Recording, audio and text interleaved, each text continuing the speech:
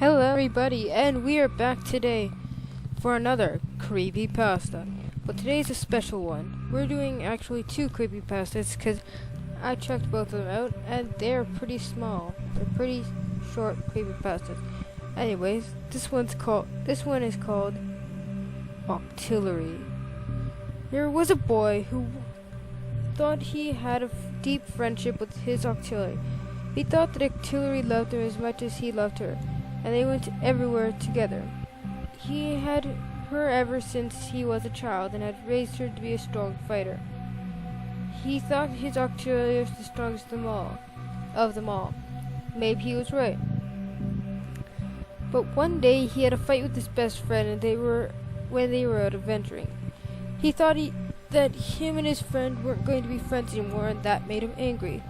When he got home, he took his anger out on octillery, and he yelled and yelled and yelled, and his yelling confused octillery. Octillery didn't understand why the boy was angry with her. She felt as if she was being attacked, so she defended herself. She lashed out at the boy, but that only made him angrier. He hit octillery, and octillery was so frightened of that, so she hit him back to defend herself. The boy kicked octillery, and octillery was not only scared, but she felt betrayed. She climbed onto the boy and started pulling his arms off with her suction tentacles. This horrified him, and he screamed and tried to throw off, but her grip was so tight she only ended up tearing off his arms.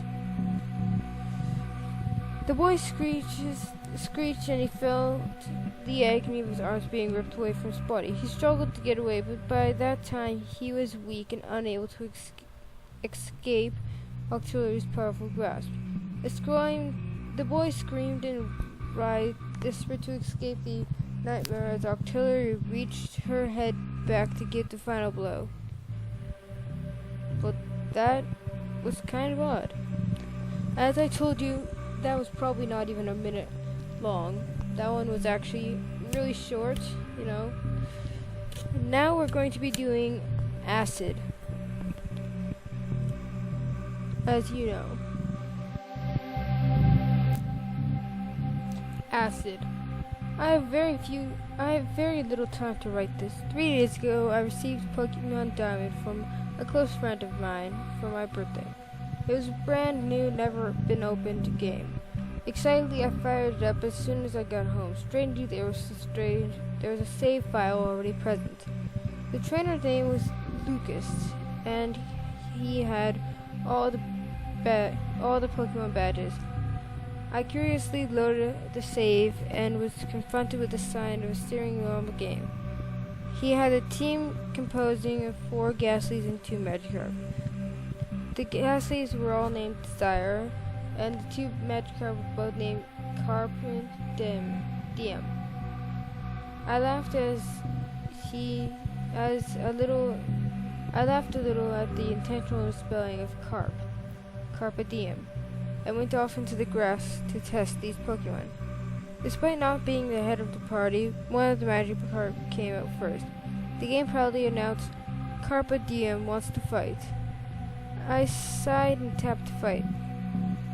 To my surprise, Magikarp knew acid armor, and acid spray, as well as its usual splash. This disturbed me because I knew acid spray hadn't come out until the 5th generation, but here it was, on the 4th generation game, and a Magikarp of all things had the move. I should have given the game back, but I was too curious to just call my friend and force her to take the game back. The game went on without me, the Magikarp using acid spray on the poor little Vullaby. I set the game down and stared at it as it announced Carpe Diem used acid spray. Vullaby was badly burned. It showed the Vullaby and half of its body was burnt and in place melted entirely. Carpe Diem wants to learn eat. Let it? I furiously tapped no, but the game didn't respond. Reluctantly, I tapped yes. It showed an animation of the Magikarp leaping at it and consuming the injured Vullaby. Scared, I called my friend. She was over within a few minutes and said, There's only one thing you can do with the cartridge like that. With this. Like this. She then yanked the diamond game out and shoved it in her mouth, crushing it underneath her teeth and swallowed. And then said, "Call me again if something happens." Well, that, I don't know what to say about that. It was longer than the other one, but it had a couple cliches in it. It already having a file on it, even though it was brand new, was a major cliche on the part. I do have to say, it was sort of good. It was sort of good where it didn't go on cliche and say, "Ooh, you got this. The guy got this game cartridge from a shady salesman." You know, I'm happy that it didn't go like that. But it having acid spray, even though it's a 4th generation game, I sort of think that if they added more to that, they could have probably